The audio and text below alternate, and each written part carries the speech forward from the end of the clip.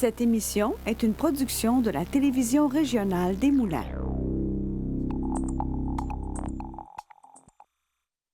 Aujourd'hui, au Bulletin, entrevue et reportage à l'occasion de la Journée internationale des droits des femmes du 8 mars dernier, le réseau social québécois Club souhaite promouvoir la Nodière et on discute de la Société Alzheimer La Nodière. Je suis Charles Lantier et bienvenue à votre bulletin d'actualité régionale.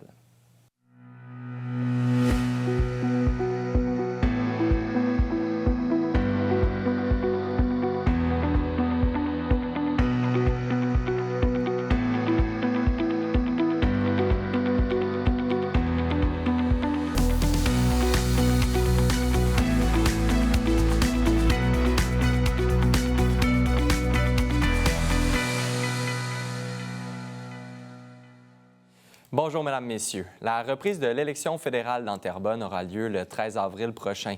Le premier ministre Mark Carney en a fait l'annonce dimanche dernier. Cette élection partielle relancera donc l'affrontement, entre la libérale Tatiana Auguste et la bloquiste Nathalie Sainte-Claire-Desgagnés. Cette reprise sera suivie de près, alors que le résultat pourrait avoir un impact important sur l'équilibre des forces à la Chambre des communes.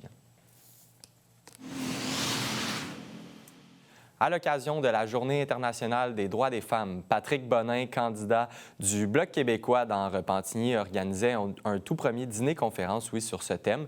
La rencontre mettait notamment en vedette Monique Posé, ex-députée bloquiste, pour partager sa vision des défis qui attendent encore les femmes. Ma collègue Naila Hood était sur place lors de la conférence. Alors, Naila, pourquoi c'était important pour Patrick Bonin d'organiser ce dîner-conférence? Oui, en fait, pour Patrick Bonin, il souhaitait profiter de cette journée-là pour créer un moment de réflexion, mais aussi d'échange autour de la place des femmes en politique et dans la société. Il disait vouloir mettre en lumière des parcours inspirants comme celui de Monique Posé, tout en rappelant qu'il reste encore plusieurs inégalités à dénoncer et à corriger. Donc, on va pouvoir aller l'écouter. Pour nous, évidemment, c'est important de souligner cette journée, important de rendre hommage aux femmes, important également de donner la parole. Aujourd'hui, c'était Monique Posé, l'ex-députée de Repentigny, qui venait parler de son expérience, à quel point c'est important que les femmes prennent leur place, à quel point c'est important de faire preuve de courage, qu'on aide également et qu'on encourage les femmes à prendre leur place et qu'on donne espoir aussi de changer la société pour le mieux. Et pour ce faire, bien évidemment, ça prend davantage de travail sur la question de l'égalité des femmes, des droits des femmes, et aujourd'hui, on tenait à souligner cet événement.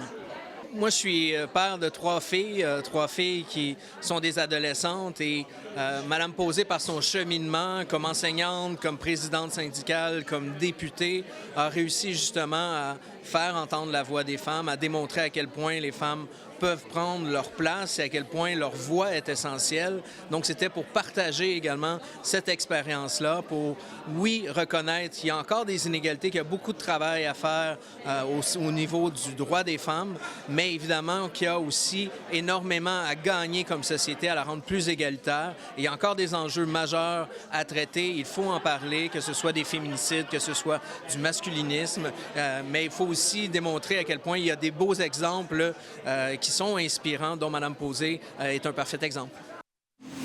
Et au-delà de l'événement lui-même, quels ont été les enjeux qui ont été discutés? Oui, c'est ça. M. Bonin il a notamment rappelé l'importance de favoriser une plus grande présence des femmes dans les lieux décisionnels, mais aussi de leur permettre d'occuper des postes clés.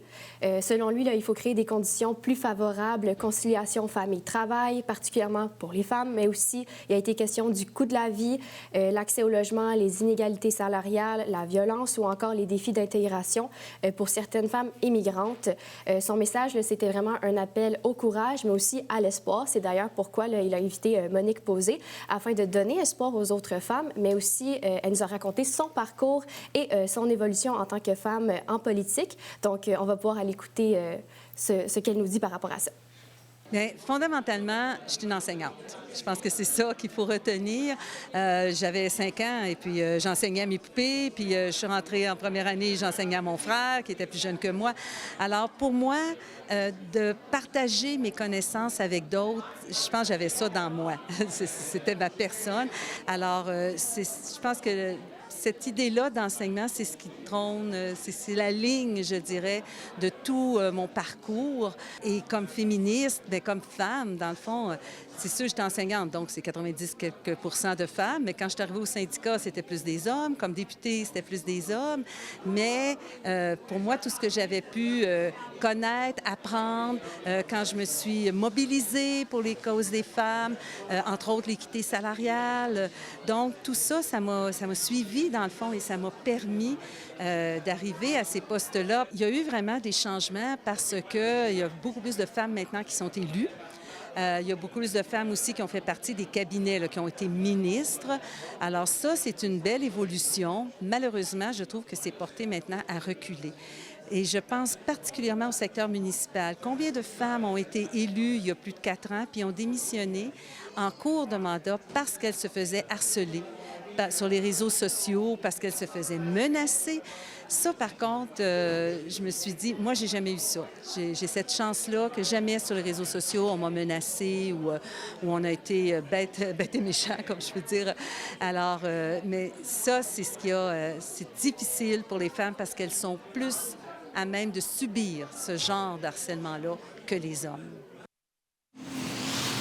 Donc, Mme Posé disait avoir accueilli l'invitation de Patrick Bonin avec beaucoup de gratitude et de reconnaissance. Là. Elle disait qu'il s'agissait d'une belle marque de reconnaissance, comme je viens de dire, de son parcours, de son travail, mais aussi de son engagement au fil des années. Et selon Mme Posé, quel est le principal combat à mener dans ces prochaines années? Bien, elle estime qu'il faut freiner certains reculs observés dans les discours là, entourant le droit des femmes, bien, les droits des femmes, et elle croit que c'est un travail là, qui passe autant par l'éducation que par l'exemple donné dans les familles, puis c'est aussi dans les institutions et, par exemple, même par les élus eux-mêmes. Donc, malgré les défis, là, elle dit demeurer encouragée de voir les citoyens et citoyennes là, continuer de se mobiliser et de faire vivre cette journée. Merci beaucoup, Naila. On se retrouve ce jeudi. Merci.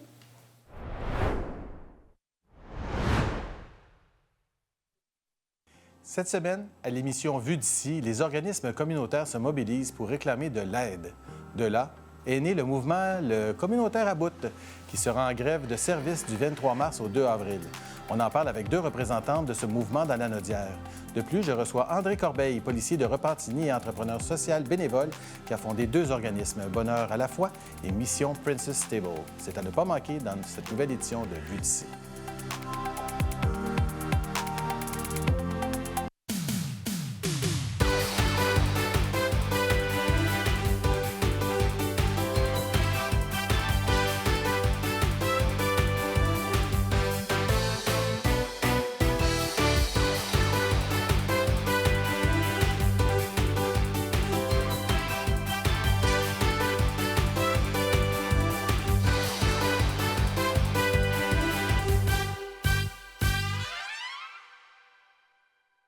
La télévision communautaire autonome parle des enjeux locaux, donne une voix aux citoyens et citoyennes, en plus de faire rayonner les talents d'ici. Accessible à tous, elle appartient à la communauté et donc à vous. J'ose ma télé communautaire, mon média de proximité.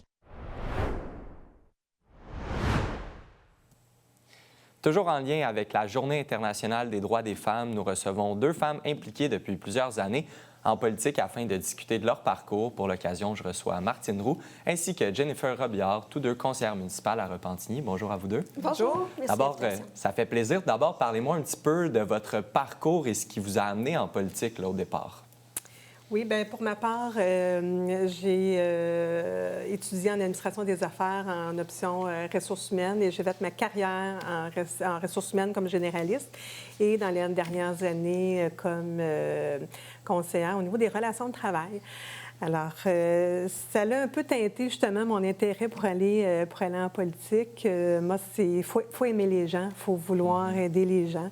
J'avais des idées pour ma ville. Après ça, on a trouvé des collègues qui avaient les mêmes idées que nous, donc c'était porteur. Fait qu'on, ensuite de ça, on les fait connaître et c'est pour influencer aussi, pour faire connaître nos idées. Bien, pour ma part, j'ai toujours été une personne engagée là, dès l'école secondaire. J'ai travaillé davantage en coopération internationale. J'ai été coopérante sur le terrain. Puis je travaillais avec des jeunes en participation citoyenne, des leaders d'influence politique. Puis je me disais, quand je vais revenir au Québec, là, je pourrais être plus engagée. On n'est pas menacé, on est en sécurité, on peut s'impliquer avec nos idées. Fait que j'ai rejoint l'équipe. J'ai connu Martine en 2017. Puis de s'impliquer dans sa communauté, d'amener des idées, de laisser un leg aussi. J'ai les 3 jeunes enfants. Là, fait que c'est certain qu'on veut travailler ensemble là, pour notre communauté. De votre perspective en tant que femme impliquée en politique, quels sont les points forts, mais aussi les défis? C'est des bonnes questions parce qu'il y a des grands défis avec les hommes et les femmes politiques présentement, mais c'est certain que les femmes ont encore notre place à prendre. La parité n'est pas atteinte au Québec. Il y en a un peu plus au niveau du milieu municipal, mais quand même, les stéréotypes typiques, on les entend. Il faut défendre plus nos idées parce que on peut se faire dire qu'on est émotive et autres. Mais je pense qu'on amène un point de vue différent, une relation aussi avec la communauté, là, comme moi, comme mère de famille, aussi conciliation travail-famille. Fait que tu viens teinter les décisions que tu prends dans ta communauté. Là. De votre côté? Oui, effectivement. Puis comme femme, il y a encore des défis, on les entend, mais il faut travailler plus fort. Il faut travailler plus fort pour faire connaître nos idées. Il faut passer à travers l'apparence. Et ça, c'est encore là. Donc, on a des idées, puis qu'on porte un coton ouaté, des bottes de travail ou un tailleur Chanel, on a des idées quand même. Puis il faut travailler plus fort auprès de la communauté pour les faire entendre et pour se faire entendre. On a notre place à prendre. C'est pas acquis. Je trouve qu'on a beaucoup de chemin de fait quand même, de parcouru. Il n'y a rien d'acquis. Il faut travailler toujours fort pour faire avancer la société et les gens. Et l'élection municipale est quand même assez récente dans le temps. Vous avez décidé tous deux de vous représenter en politique. Qu'est-ce qui vous a fait prendre cette décision au final? Bien, souvent, il faut prendre la place. Hein? C'est ma collègue ici à côté m'a appris une chose. Si on ne prend pas la place, il y a quelqu'un d'autre qui la prend. Donc, on croyait en nos projets. J'avais encore des choses à livrer pour Repentigny. J'ai travaillé beaucoup sur le vivre ensemble, la participation citoyenne avec les jeunes. Donc, c'était important pour moi de continuer le logement social, notamment. Des beaux projets qui s'en viennent. Fait que j'avais envie de poursuivre puis de représenter les gens de mon district encore une fois. Bien, écoutez, à mon niveau aussi, on a été élus en 2021 pour un premier mandat. C'était tout un changement au niveau de l'équipe politique de Repentigny. Alors, c'est sûr qu'en 4 ans, c'est le temps de mettre les choses en place, de placer où sont nos idées, c'est quoi notre vision, nos valeurs. Fait que là, c'était comme mettre la table. Ça prenait un deuxième mandat pour réaliser tous nos projets. On a de l'ambition pour Repentigny. Jennifer parlait du vivre ensemble, du logement. De mon côté, moi, mes dossiers sont au niveau de la mobilité, de l'éclairage urbain et de la circulation. Alors, c'est des sujets qu'on entend énormément parler durant la campagne électorale, la circulation, la sécurité dans nos rues. Alors, moi, c'est ce mandat-là que je souhaitais poursuivre pour le deuxième mandat. Il nous reste une trentaine de secondes, mais rapidement, j'aimerais vous entendre un peu. Qu'est-ce qu'on vous souhaite pour la suite des choses? Bien, on souhaite la poursuite de nos projets, l'aboutissement de réalisation, puis on souhaite, en tout cas, personnellement, j'espère inspirer ma jeune fille à la maison, mais aussi les femmes qui nous écoutent. Là, vous avez votre place, vous avez votre rôle à jouer, puis lancez-vous. Essayez pas de vous faire convaincre pendant 2 ans. Là. Lancez-vous. Oui, c'est ça. Lancez-vous. Puis souvent, dans le cadre de la Journée internationale du droit des femmes, ce que je dis, c'est qu'il faut rendre hommage à nos pionnières, ceux qui ont tracé le chemin. Surtout, de notre côté, il faut laisser la porte ouverte pour celles qui vont suivre. Il faut leur tendre la main. Alors, lancez-vous, les filles. Merci beaucoup, mesdames. Super apprécié pour votre passage en studio. Merci.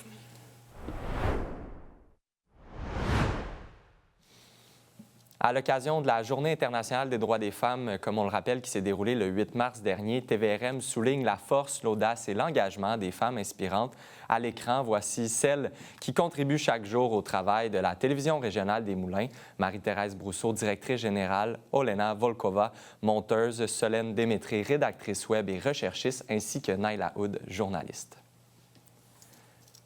D'autre part, la table des préfets de Lanaudière sera présidée pour la première fois de son histoire par une femme, la préfète de la MRC de la Mataouini. Isabelle Perrault a été élue à l'unanimité pour un mandat de 2 ans. De son côté, la MRC de Montcalm annonce la nomination d'Annie-Claude Moreau à titre de directrice générale et greffière trésorière. Entrée en poste le 9 mars dernier, elle travaille au sein de l'organisation depuis 2020.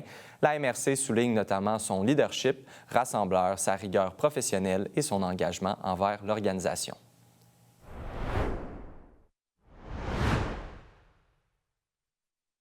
Vous êtes un entrepreneur d'ici, vous avez une histoire à raconter, un parcours unique, des défis surmontés, des réussites à partager? Rejoignez-moi ici même à Fibre E, une émission qui est dédiée à l'entrepreneuriat, diffusée sur le réseau MaTV. Notre objectif, mettre en lumière les talents d'ici, inspirer la prochaine génération d'entrepreneurs et montrer que oui, c'est possible de réussir chez nous. Contactez-nous dès maintenant pour participer à l'émission. L'entrepreneuriat, c'est aussi le pouvoir d'inspirer. Au plaisir de vous recevoir sur le plateau de Fibre E. Toutes mes mauvaises décisions m'ont enseigné quelque chose de fondamental pour m'aider à devenir un meilleur entrepreneur. Si des fois on a l'impression qu'on n'est pas à sa place, c'est parce qu'on n'est peut-être pas à la bonne place, mais qu'il y a un endroit pour nous. Même quand j'étais jeune, je m'amusais à bâtir des projets ou à bâtir des entreprises quand j'étais à mon jeune âge à l'école. Donc j'ai atterri dans le milieu d'entrepreneuriat, je pense, naturellement, puis c'est quelque chose qui m'a toujours attiré.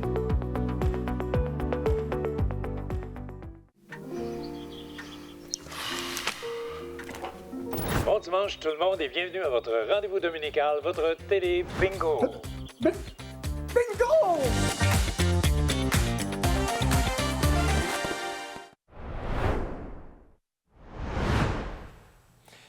Dans les derniers jours, le réseau social québécois Club a lancé sa campagne de sociofinancement sur la ruche afin de soutenir la création de la chaîne régionale Lanaudière. Pour en discuter, je reçois Philippe Larose-Cadieux, PDG et cofondateur de Club, ainsi que Pierre Berthiaume, PDG de la CCIM. Bonjour à vous deux, messieurs. Bonjour. D'abord, parlez-moi de qu'est-ce que c'est Club et d'où est venue l'idée, en fait.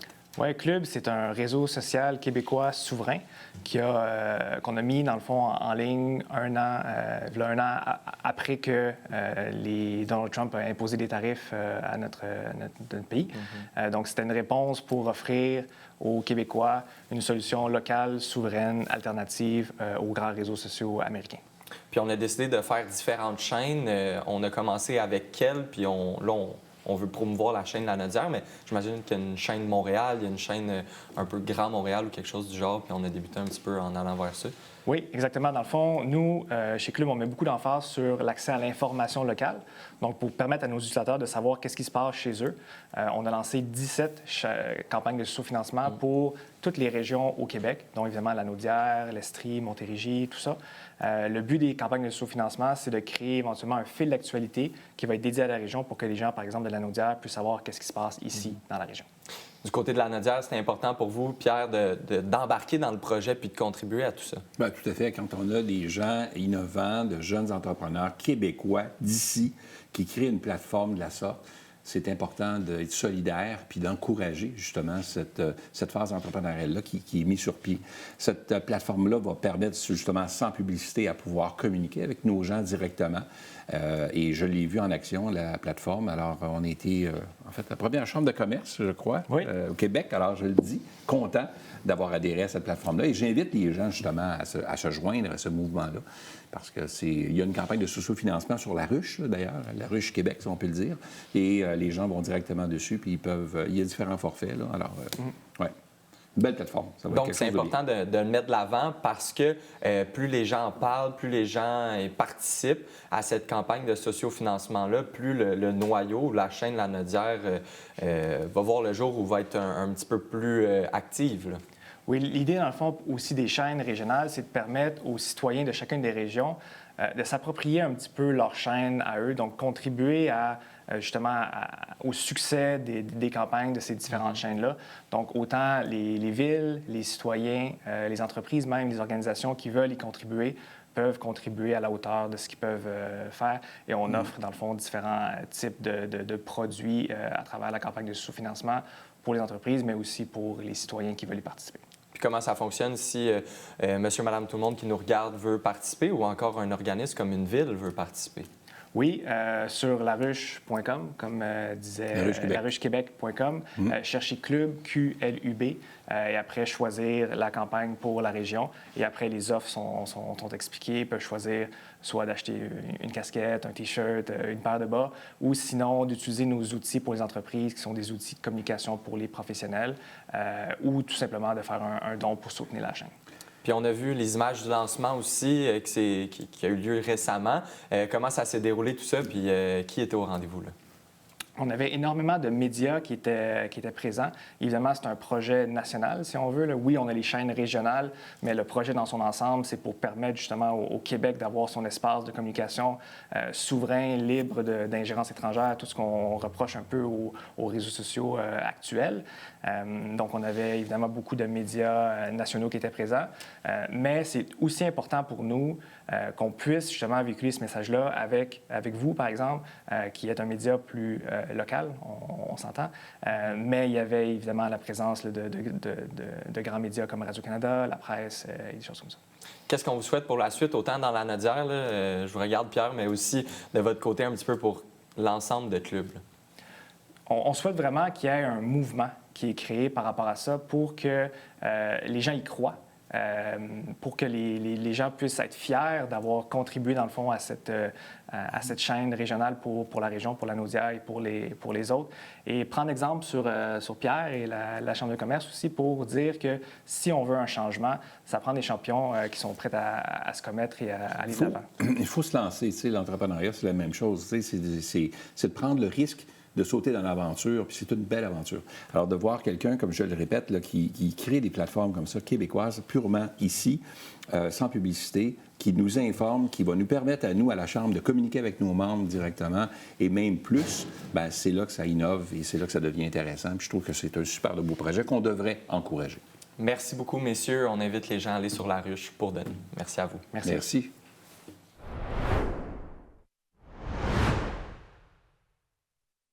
Salut tout le monde! Ici Daniel Grenier pour vous parler des télévisions communautaires autonomes. Et si ce médium n'était pas là, voici à quoi ressemblerait mon message. Ça aurait pu être beaucoup plus triste si j'avais rajouté cette petite chanson triste. Mais bon, là n'est pas le point. Diversité de contenu, gestion indépendante locale, sans oublier une participation active à la communauté. Ensemble, encourageons les télévisions communautaires autonomes. J'ose ma télé communautaire.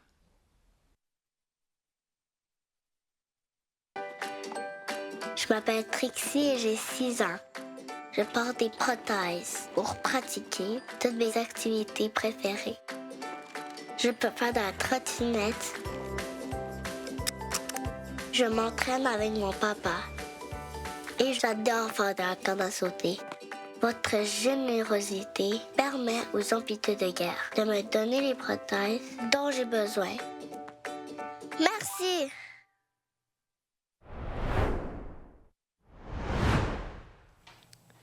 Afin de parler des différents services offerts par l'organisme Société Alzheimer-Lanaudière, nous recevons Catherine Pelletier, directrice générale de l'organisme, et Nancy Plante, intervenante. Bonjour à vous, mesdames. Bonjour. D'abord, parlez-moi un petit peu des services offerts, puis on s'adresse vraiment aux gens de Lanaudière particulièrement. Dans le fond, dans nos services, on offre le service de répit, atelier, stimulation à domicile. Donc, c'est une personne, une accompagnatrice qui va à domicile offrir des services pour stimuler le cognitif le plus possible, 1-3 heures par semaine, toujours la même personne, toujours la même journée. Donc, c'est un de nos services. On a le service aussi soutien, information aussi. Donc, c'est un service où les gens peuvent nous appeler, peuvent communiquer avec nous par courriel, tout ça pour avoir de l'explication sur la maladie aussitôt qu'on a le diagnostic. Donc, je me tourne vers vous, Mme Pelletier, mais ces services-là s'inscrivent dans une mission qui est à la grandeur de la province, mais comment on fait pour un peu cibler les besoins là, dans la région qui est la Lanaudière? Oui, il y a 20 sociétés Alzheimer au Québec. Donc, nous, on couvre les 6 MRC de la Naudière. Comme Nancy l'a dit, on est vraiment là pour soutenir, informer les gens. Puis, on y va avec les besoins là, qui sont exprimés selon les réalités du territoire. Donc, justement, le fait qu'on est un grand territoire avec une grande superficie, le fait d'avoir un service comme celui du soutien du répit à domicile, ça nous permet d'aller rejoindre des clientèles qui sont plus éloignées, là, qui sont moins dans les grands centres comme Joliette, Terrebonne, par exemple. J'imagine que vous avez 2 perspectives différentes, mais quels sont les défis actuels par rapport à l'Alzheimer? Bien, beaucoup de cas nous sont référés. On travaille aussi avec Référence Québec. Donc, beaucoup de cas nous est référé là, de plus en plus à tous les jours. Là, donc, une augmentation des gens atteints de la maladie et de plus en plus aussi des gens jeunes. Donc, c'est les nouveaux défis pour les prochaines années. Là, De votre côté, quelle est votre perspective, un petit peu votre constat par rapport à la situation actuelle? Bien, assurément, Nancy a mis le doigt sur une situation qui est préoccupante, à savoir qu'avec le vieillissement de la population, bien oui, il y a une augmentation des cas au Québec. Il y a des gens qui souffrent de la maladie d'Alzheimer ou d'un autre trouble neurocognitif majeur. Donc, évidemment, ça nous amène à devoir offrir plus de services. Il faut que le financement suive. La plupart de nos services sont gratuits ou à très, très faible coût. Donc, vraiment, au niveau de l'accessibilité des services, c'est sûr que c'est un enjeu. Est-ce que c'est de vous faire connaître ou vous êtes quand même assez connu? Les gens ont déjà un petit peu la référence pour se diriger vers vous? Encore aujourd'hui, il y a des gens qui vous croisent et qui vous disent « Je suis content d'avoir tombé sur vos services parce que je ne les connaissais pas jusqu'à tout récemment ». Bien, assurément, on cherche toujours à se faire connaître de plus en plus parce que les gens vieillissent. Donc, c'est sûr que c'est une réalité qui est peut-être moins connue pour une population plus jeune. Donc, quand les gens arrivent à être davantage âgés, là, c'est quelque chose qu'on aime essayer de toujours faire connaître davantage. Donc, c'est pour ça que les opportunités comme aujourd'hui, on essaie de les saisir là, pour justement essayer de faire rayonner l'organisme le plus possible. Puis en terminant, qu'est-ce qu'on vous souhaite pour la suite des choses? C'est quoi votre rêve un petit peu là, dans les prochaines années pour se rendre à un certain point? Peut-être vous en parlez d'être davantage présent ou connu, mais peut-être un peu... Oui, bien notre objectif, c'est vraiment d'être en mesure d'offrir des services de qualité en quantité suffisante lorsque les gens le demandent. Donc pour ça, là, si on peut parler de nos prochaines activités de financement puis de mobilisation, bien le 31 mai, on a la marche de l'Alzheimer qui va avoir lieu au Parc écologique de l'Assomption. Et puis, tout le monde est invité à s'inscrire via notre site Internet dans la section événements à recueillir des fonds, créer une équipe. Puis, on a aussi notre souper bénéfice annuel qui va avoir lieu le 3 octobre à Saint-Légory. Donc, là encore, les gens peuvent participer là, pour soutenir la cause. J'imagine que les informations sont disponibles site web, réseaux sociaux, téléphone. Oui, sur notre page Facebook, Société Alzheimer de la Naudière, ou sinon le site sadl.org, puis par téléphone 450-759-3057. Merci beaucoup, mesdames, de votre passage en studio aujourd'hui.